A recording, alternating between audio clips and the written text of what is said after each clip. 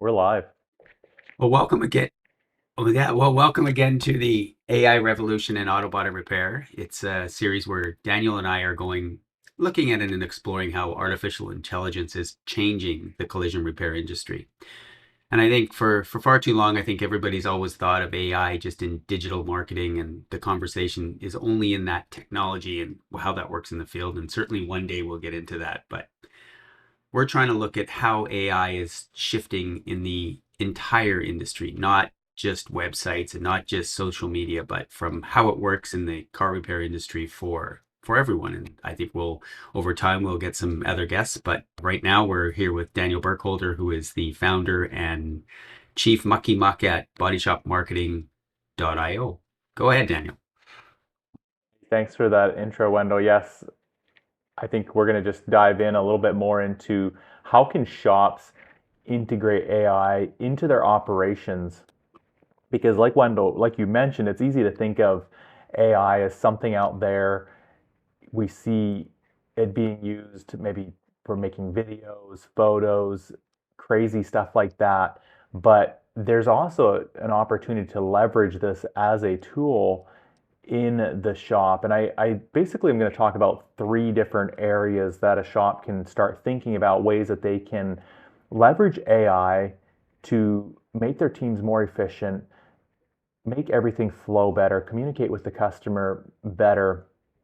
So first of all, let's chat about how can AI be used from an admin level, the front office level, basically kind of like transforming the brain of the shop, you leveraging AI to make that better.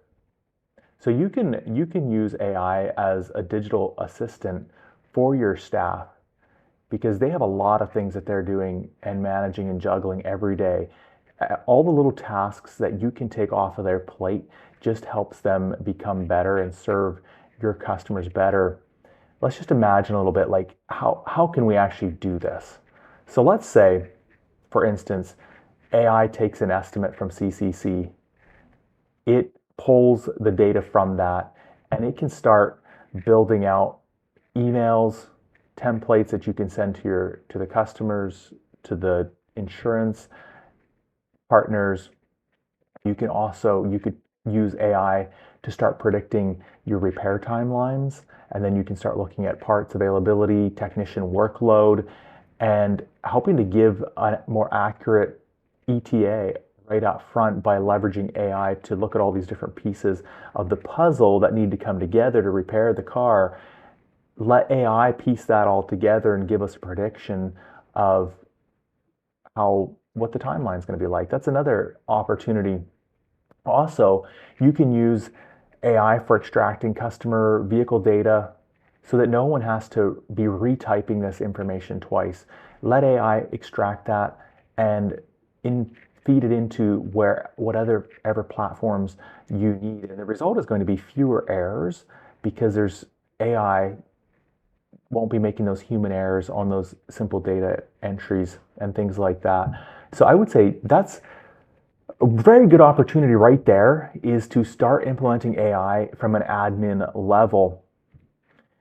Wendell, do you have any questions around that point number one around how we can leverage AI at an admin level?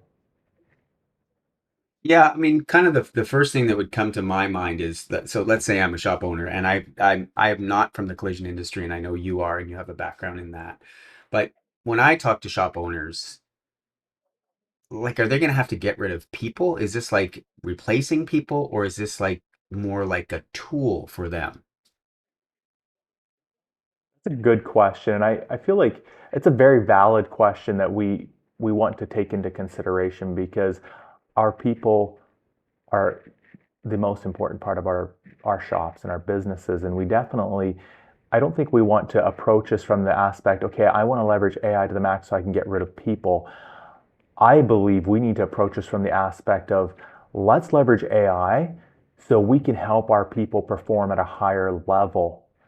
Does that mean that some of the low performing people are going to have to move on? Those that aren't willing to adopt AI, those that aren't willing to grow and change with the times, potentially you are going to lose some people over that. But I really think we need to look at it from the perspective of Let's leverage AI to make our people become better, make them more efficient, make them just a better version of who they can be. Does that make sense, Wendell?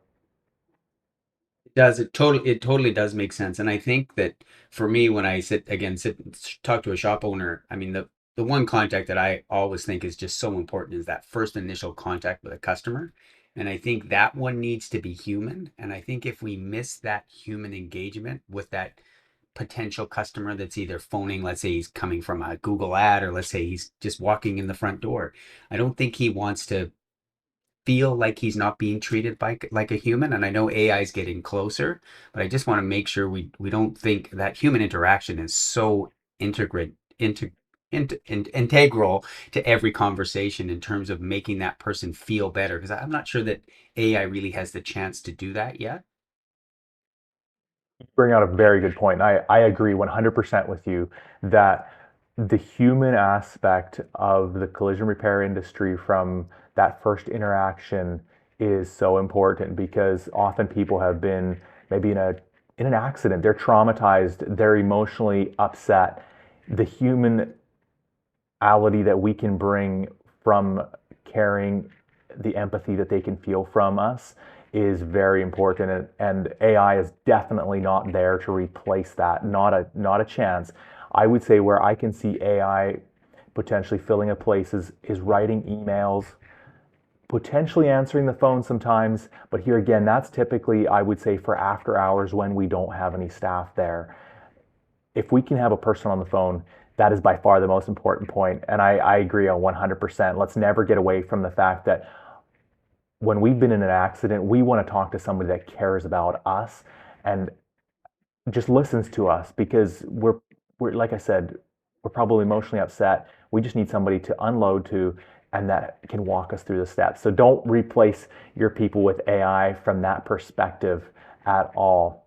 Just alleviates them of those smaller admin things that AI can handle perfectly well to help them do this better, where they can be answering the phone consistently and talking to those people consistently.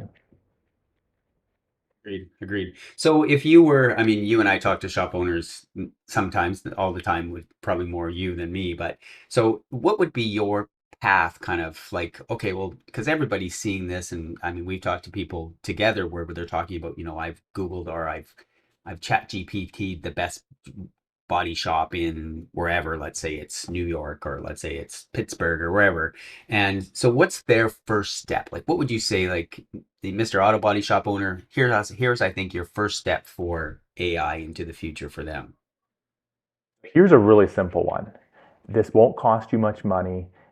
It's something that you can, with a little bit of coaching, you can do yourself. Is get a Chat GPT account. It's like $20 a user. Build yourself a custom Chat GPT that you can upload documents about your business, about your shop into. You can put all the information that you feel makes your shop important. So it basically has a database of information about your shop. And then once you've built that custom GPT, you can start leveraging it to write emails. You can start leveraging it in communications with whether it's clients or whether it's insurance adjusters. You can just give it the context, tell it what you want it to do. It has all this background data on your shop, on how you operate, on your team, on your values, you can tell it how you want it to talk, if it's in an empathetic tone. Then that custom GPT will very quickly start spitting out emails that might have taken you half an hour to write. And with 5 minutes, you can write a very nice email that communicates your values, your shop's perspective as good as a human can. So I would say that would probably be a simple starting point. It's a cheap entry point. It's not like you're going out and buying thousands of dollars worth of software and paying thousands of dollars every month for the subscription. That's where I would say that's where I would start. It's really a simple step. And then as you become more and more comfortable with leveraging that, there's more things that you can build into that. That's a what a great idea. And so on that, so two things. One is I think we'll leave some kind of document in the in links below so that if you want to see how Daniel does that and some recommendations on how to do that, we'll leave some links below for that. But secondarily is so let's say I'm obviously a smaller body shop than let's say a Caliber. Like, do I have to worry about Caliber having access to that information? No, you can set up your GPT where Chat GPT is not sharing that information with the broader world. You can lock that down. So there's no concern of that. Obviously, anything that is online can be hacked and things like that. But I think we're fairly used to that. But yeah, Chat GPT won't be sharing that info. Okay. So that's the first step then. At least we that would be the initial first step. And then where would you see kind of the progression from there? Just I know we're kind of we wanted to keep these segments all at 15 minutes, so we don't want to go forever, but where would you see the progression from there? What's next, Daniel? What's next for us in our series? What's next for people in terms of where they would go from after that first initial step? You betcha. Let's do the short version here. So I would say step number two would probably leveraging AI on the shop floor. So as you know, every wasted step means lost time, higher costs. AI can help us kind of develop that factory precision to every repair. There's a few different ways, and I think of maybe having AI powered checklists that guide the technicians through OEM certified steps. It can pull in the OEM certified procedures. It builds a checklist for the technician. The technician can just check through it. That'll help speed him up, make him more efficient, and also producing higher quality work.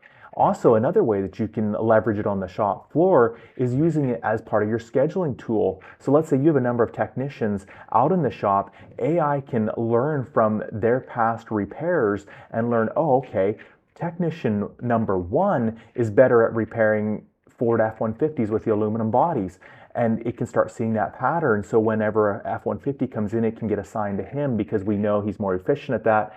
He's better at fixing those. So you can also use AI to start scheduling the shop workflow to help your cycle times be better. So those are just a couple quick things I think of, and maybe we can dive into that deeper on another discussion. Maybe I'll just quickly cover off step number three, just very briefly. You could build out an AI for your customer engagement. And this could be, here again, going back to that kind of database of information about your shop. But let's say we have a forward facing AI powered chat bot that clients can go to and ask it whatever questions like, what about my rental? Do I get a rental car? What's my deductible? These kinds of pieces of information that it can help step them through so they don't have to be getting on the phone and talking to your staff.